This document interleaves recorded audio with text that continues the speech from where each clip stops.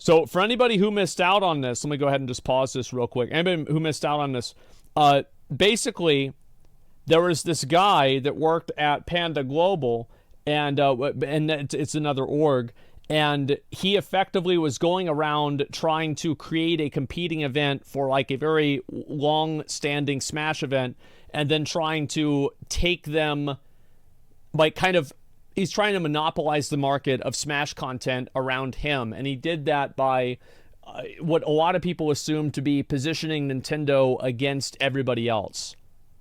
So everybody is very, very upset about this. People are talking about dropping out of the tournament. Like, I'll give you an example of this. Hungrybox even talked about this on Twitter. I'll go ahead and just scroll down and show you guys the tweet. And this is the tweet that they did. Hungrybox saying, "I won't be attending Panda Cup. Too little, too late." So obviously this video is probably going to be about what happened in that tweet. Here we go. In the ongoing rivalry between people who make video game and people who like playing said video game. You think they'd get along, but that's not how it works with Daddy Nintendo. Now, if you didn't watch a video that I released a couple days ago about this drama in the Smash community, I'd go check it out because there's a lot of context you're going to miss. Today, the big update is that there was a response from Nintendo and Panda, the two bad faith actors who shut down this Smash World Tour, this grassroots circuit event that was meant to become the Super Bowl of Smash. By the way, they canceled it Thanksgiving night, 2 weeks before the event was supposed to happen. So it's important to keep in mind, like, saying canceling at Thanksgiving night does sound very bad, but this is probably something that came from Japan, and I'm pretty sure the Japanese do not celebrate Thanksgiving. So that's the story that we have going on. Anyway, this statement was released by Nintendo around midnight 30. They kind of wanted this one shoved under the radar. Hey, I get it. If I had a statement that was this bad, I would want it shoved under the radar too. Yeah. And let's just take a look at it. Nintendo would like to explain to all the Smash fans what happened with the cancellation of Smash World Tour, or the non-granting of license. Nintendo's decision was solely based on our assessment in the proposals by Smash World Tour, not related to Panda Global. Okay, fine. Any partner we grant this decision was not influenced by any external parties such as Panda Global. License to has to meet our high standards of health and safety and adhere to our IP, yada, yada, yada. When we notify the Smash World Tour we would not license their event, we also let them know verbally we would not require any cancellation of the 2022 finals because the impact it would have on players. Thus, the decision to cancel the event was and still is their own choice. We're still open to working with other people outside. Well, then why did they cancel it? I'm so confused now. Wait, what? What the fuck? I thought they said that they were getting shut down. I'm so confused. Why would they say this? Of Panda, it's not like Panda will be the only people we work with, and we really care about the Smash community. Now, maybe the first 1, 2, 3, 4, 5 paragraphs of this statement seem believable, but once you see the sentence Nintendo cares about Super Smash Bros. Fans and its community very much, you know that it's all a crock of shit. And we know it's a crock of shit, too, because there was another update in response to this from the Smash World Tour committee. We're struggling to understand why Nintendo contacted us at all last week if they truly wanted us to continue operating. We're struggling to understand why they would not simply reach out to us after the event rather than rush to meet us the night before Thanksgiving, just 2 weeks before our championship event. Regardless, we stand by. They did say in the call that those times are over, aka those times of running events unofficially. Now, you might be thinking to yourself, well, maybe they should have just continued to run the event because they didn't get a cease and desist. They just didn't get a license and approval. That's such a bad idea. You can't just tell somebody these times are over and then expect them not to think that they're over. What the fuck do you mean?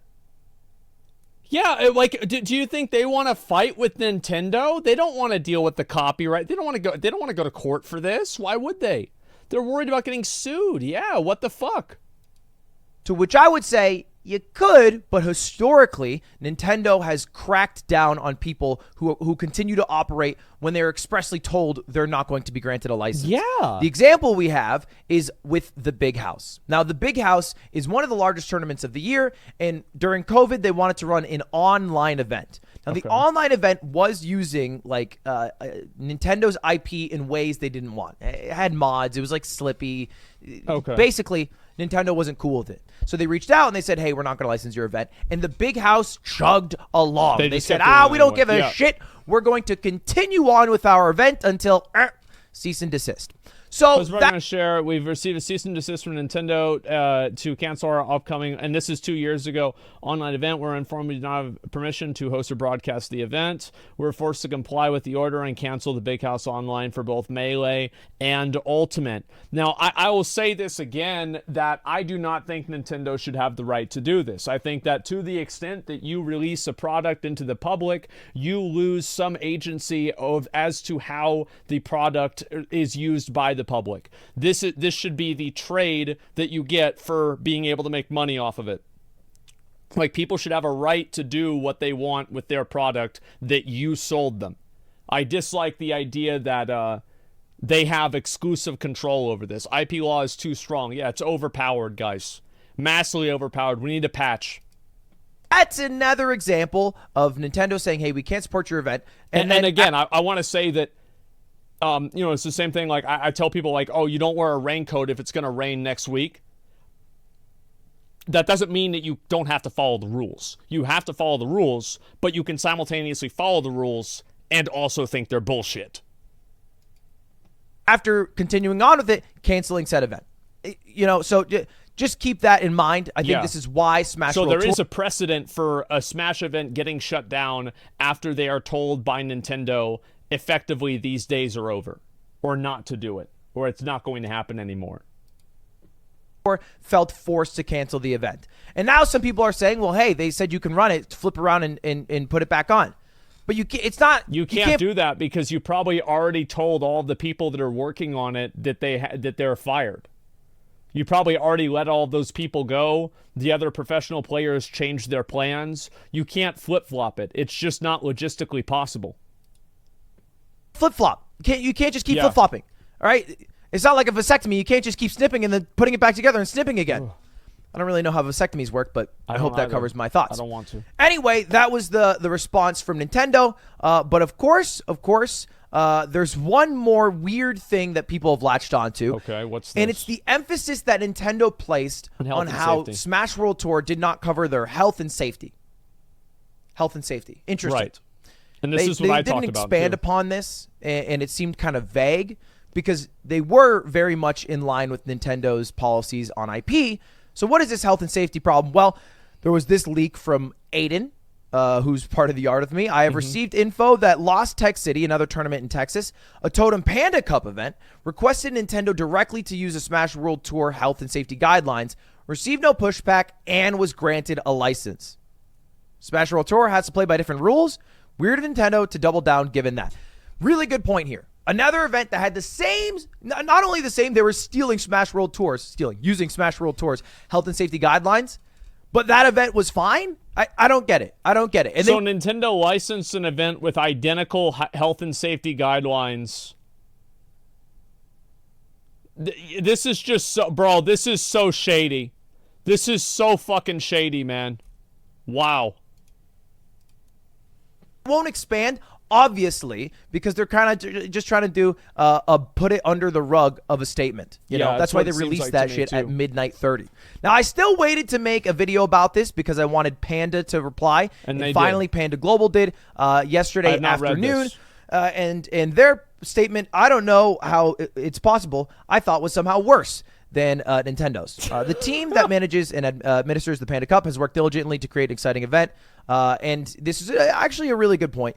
It does contain over 40 members of the Smash community. And these people, I don't think, should be vilified in any way, shape, or form. The video editors, web devs, talent managers, everyone who works at Panda was probably not aware of the actions that Alan, the CEO of Panda, had solely taken. I think that's definitely true. is that, yeah, the people that were working on the event effectively as like grunts just to make the event happen, you know, the people that use the cameras and, you know, like they make sure that everybody has food there. Like these people are, you know, they're not responsible for what the CEO did. Yeah, but like I think it's very stupid to go and say like, oh well, you know, it's don't hate us because we have other people that, you know, if you are mean about this event, they could lose their job. Well, there are a lot of people that lost their job because of what happened as a result of your event. So like you can't use that as an argument whenever that's what you literally caused to happen yourself. And I don't think they are to blame at all, whether they are sponsored by Panda or work with Panda. We were all as surprised as a public to see the announcement of the Smash World Tour cancellation as well as the accompanying statement. That's not believable at all because Alan in several conversations said... Well, it says here, let me read it again. We were surprised to public to see the announcement of the Smash World Tour Championship as well as the accompanying statement which attacked the hard work and ethics of those behind Panda Cup. Okay, so yeah, they're lying. That VGBC Smash World Tour would be canceled and they would not be around in 2023. And yeah, they listen to this again. Piece... Listen to what Ludwig says again. That's not believable at all because Alan in several conversations said that VG... And these are multiple people that are confirming the exact same thing that he said to them. BC Smash World Tour would be canceled and they would not be around in 2023, and they used that piece of information as a way to get other Smash events onto the Panda Cup rather than going to the Smash World Tour because they wanted... Exactly, and why would they do that unless they knew about it ahead of time? Now, you could make an argument and say that Panda Global didn't know about this. It was just the guy who was the CEO.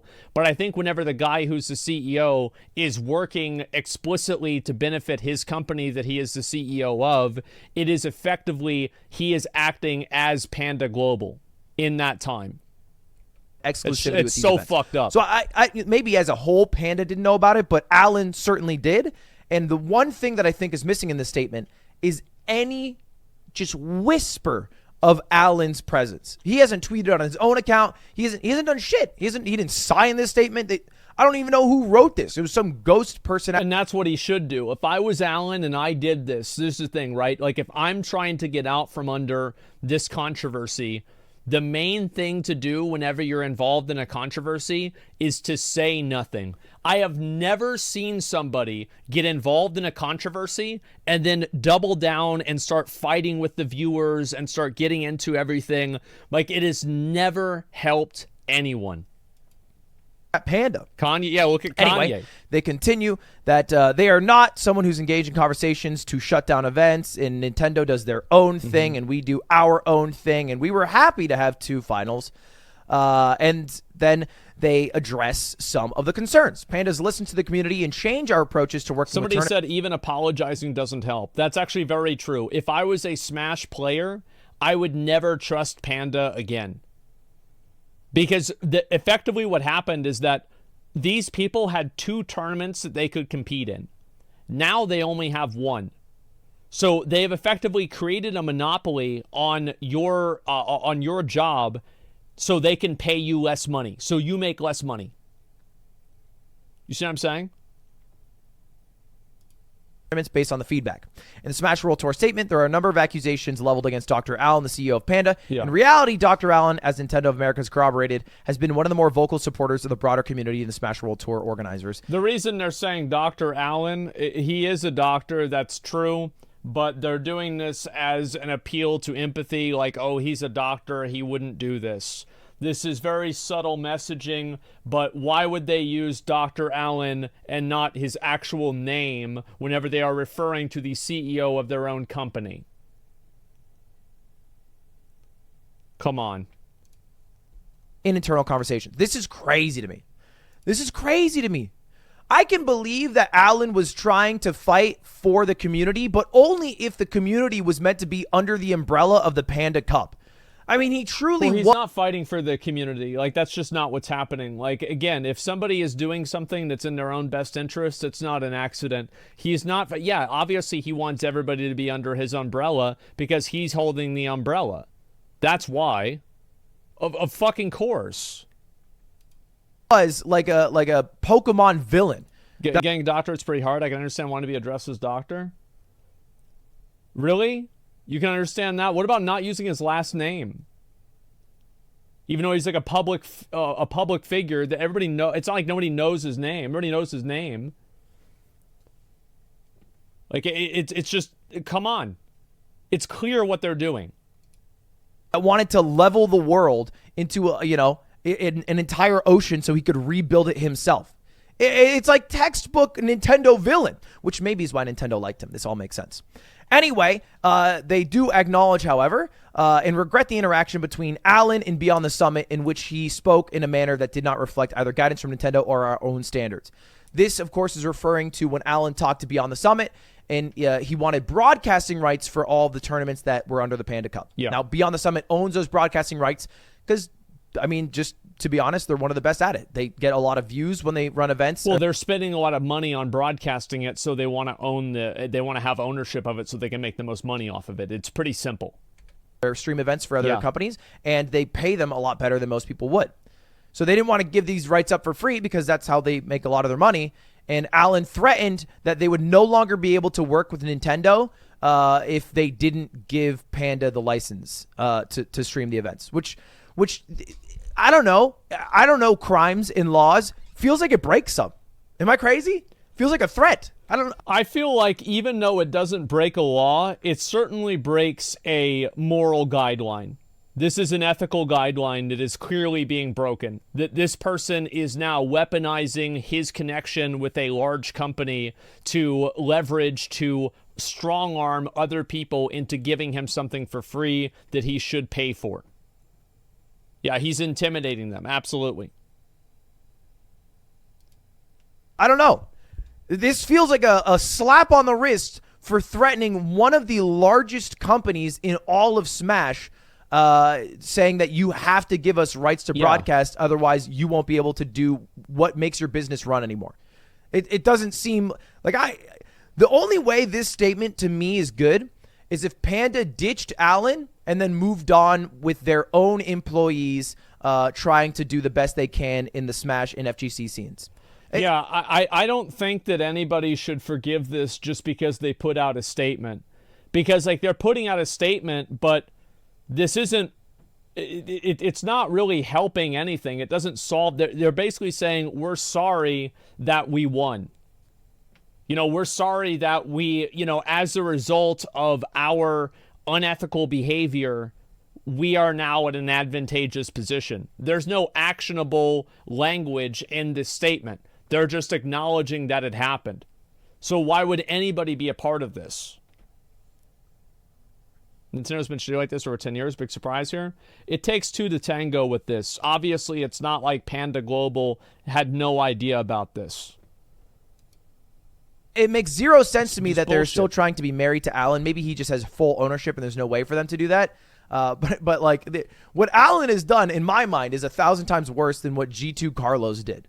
All right. If Alan was caught partying with Andrew Tate. G2 Carlos, by the way, got kicked out of G2 because he was seen at a party with Andrew Tate, and then he said that he didn't want people telling him who he can party with, and he got fired for that. He's completely out of his position. So this is the world that we live in. We live in a world where going to a party with a person has more consequences than actually intimidating people and potentially committing fraud. That's the world that we live in.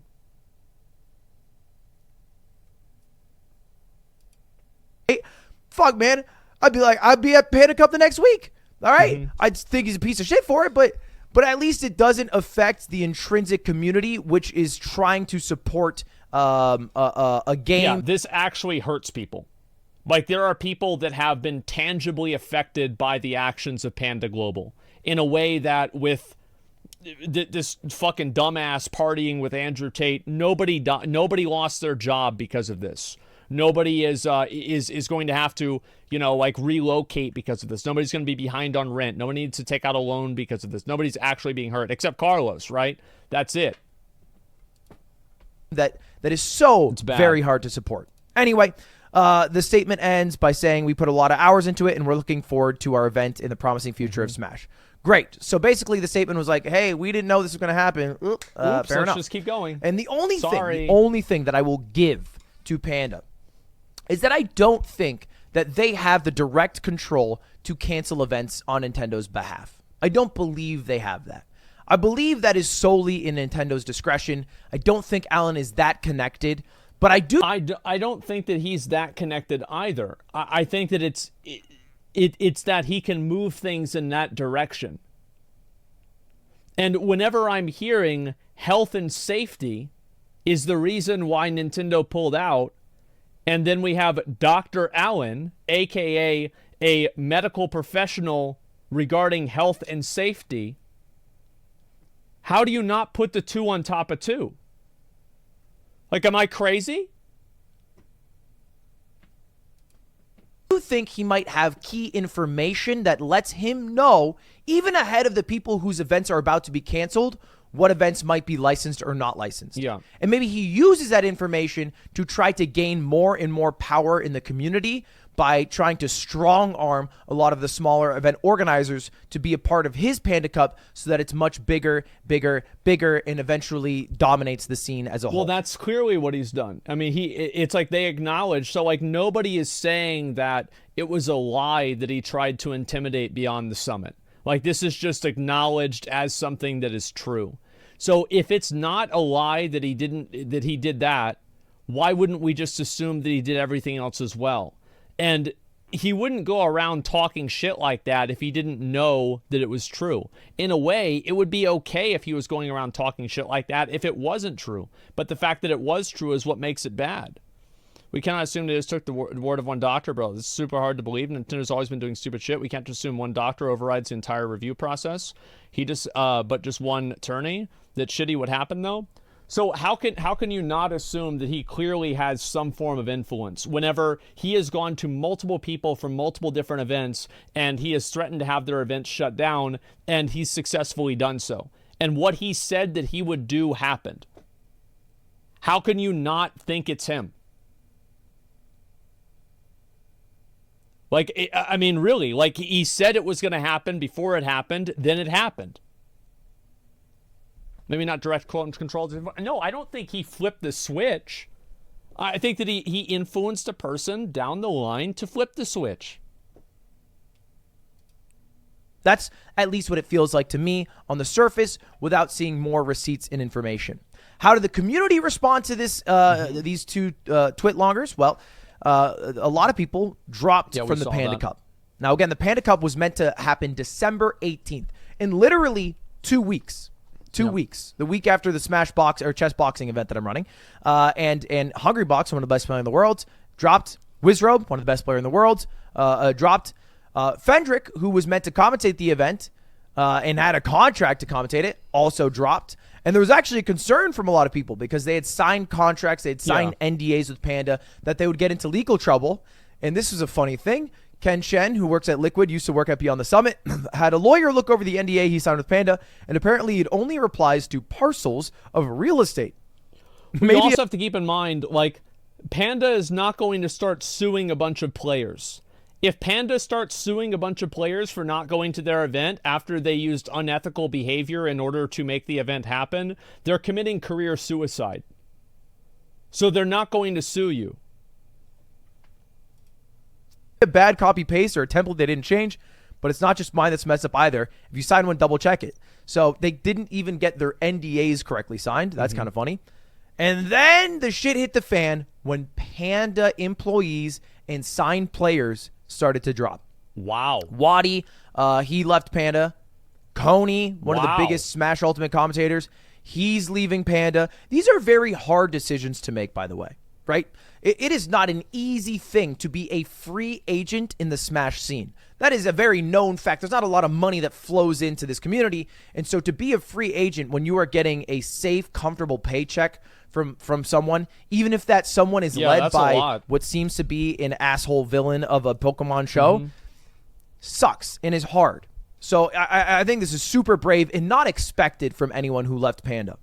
Well, I think a lot of people realize that, like, if a person like that is willing to do that to somebody else, they'll do it to you. So yeah, if you work with somebody like this, they will intimidate and fuck with you as well. Josh, who was an employee of Panda, sent their letter of resignation. And then even IBDW, the second best Super Smash Bros. Melee player in the world, is leaving Panda. Tough choices. It all seems downhill for Smash. Yeah, it's awful. And so I thought I'd do something a little fucking crazy. I decided yesterday, in light of the response from Panda and Nintendo, and how the community seemed to respond to those, and how it seemed to be, honestly, a really sad end to the year of what should have been a great resurgence of Smash after the COVID years of online play, that we could do something cool and good. And so I'm creating my own tournament called the Scuffed World Tour. It's basically an effort at trying to do right by the Smash World Tour. And since there's not a lot of time left in the year, I decided... It's good that Ludwig is being able to do this. I think this is amazing. I'm happy to see this, obviously capitalizing on the situation, but in a way that benefits a lot of other people. So I will consider this a W. I also think that it puts Panda in a bad position, right? Because if this event does get shut down, it's for charity. So, like, it will just make Nintendo look really bad. This was a good play by him. It was a mogul move. To run it on December 18th. It's a one-day event. Even if Nintendo shuts him down and it has nothing to do with Panda, everybody will blame Panda. So it will only be on December 18th. Hopefully there are no events that are running the same exact time as that, because that would be really unfortunate. It would probably collide in viewership a lot. But hopefully you guys check out my event, which will feature the 8 highest placing Smash World Tour competitors. Yeah, it's the same day as the Panda Cup. There you go. And it's got, obviously, Hungry Box, Mango, a lot. I don't know. I think I know Zane, too. But, like, a lot of these other guys, I'm not sure. But these are clearly people that have been involved in Smash. Like, these are the well-known people in Smash. Be there, everybody square. Yeah, exactly. So all these people for Melee, all these people for Ultimate. That's the idea. One thing that I hope doesn't happen is that Panda just has like a 6 months of bad PR, and then they're just able to recover from this, and it's fine. Like without having any sort of investigation into this, without having any level of accountability or anything. That's what I'm worried about. And I've even been toying with the idea of adding 8 more players that Isn't Ludwig doing the same thing? Isn't Ludwig doing the same thing? Yeah, I think obviously Ludwig has a vested interest in making this successful. He will profit from this, even if he does not monetarily profit from it. It will look good for him. It makes him look good at the expense of Panda. Yes, that's absolutely true. But it's always good whenever you see somebody that you don't like getting fucked over. So I'm fine with it. Hand pick for each game, so it's just a more stacked event overall. And what's the goal of the event? Well, one, to get as much viewership as we can over any other event that could be happening, because I want dominance in the scene, and also to raise money for VGBC and the Smash World Tour staff. Again, these are not huge conglomerates, not huge companies. They're not millionaires. The people running this are grassroots organizers who have been doing it for a decade, and they lost tens and tens of thousands of dollars having to cancel their event because of the last second night before Thanksgiving news from Nintendo. Yeah, this will ruin a lot of people's Christmas. That's basically what he's saying, is that this will affect them.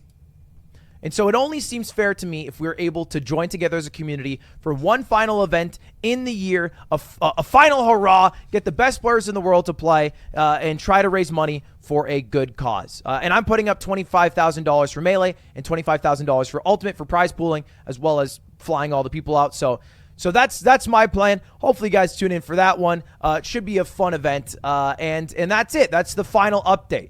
And if Nintendo wants to sue me, I mean, hey, it'd make a great mogul mail. All right, subscribe, boys. See you later. All right, goodbye. See you later. Yep, there it's you January go. That's 3rd, pretty much fucking accurate. I'm really glad to see that, obviously. And the thing is that... Huge update in the ongoing... Give me 1 second. Is that it doesn't matter what happens with Ludwig. Like, he's put himself into a position where he can't lose. So if they do shut him down, Panda will get a bunch of hate. And if Panda shuts him down, they'll also get a bunch of hate, and they know that. If they don't shut him down, he cannibalizes Panda's viewership and makes them look bad. And if Nintendo shuts him down, Panda still gets blamed, and also Nintendo looks bad. And Ludwig looks like a martyr. You see what I'm saying? So, like, there's literally no way that he can lose in this situation. And you know what? I mean, listen, I don't give a fuck if he's doing it to them to make them look bad. Fuck them. They're sitting there. They're going to capitalize off of, you know, obviously their CEO clearly knew something, clearly was able to pull a string. Even if it wasn't something that was massive, he clearly had influence. That's why whatever he threatened happened. Come the fuck on, man. Yeah, come the fuck on. Like, this is just such snake shit, man. Absolute fucking snake shit. Check his latest tweet. Whose latest tweet? Ludwig's or fucking what's his name's? Yeah, whose latest tweet? It's pretty bullshit. Yeah, I think it is too. Classic Nintendo L, Ludwig. All right, let me just look and see real quick. Ludwig, let's see here. What did he recently say? I don't really see much of anything, actually. Yeah, he hasn't really commented on anything at all. Yeah, he's just... Yeah, that's fine. And things after coming to Smash Drama News. Yeah, well, I mean, the thing is, a lot of people might not really know this, but I'm a huge fan of Smash. I've loved Smash for years.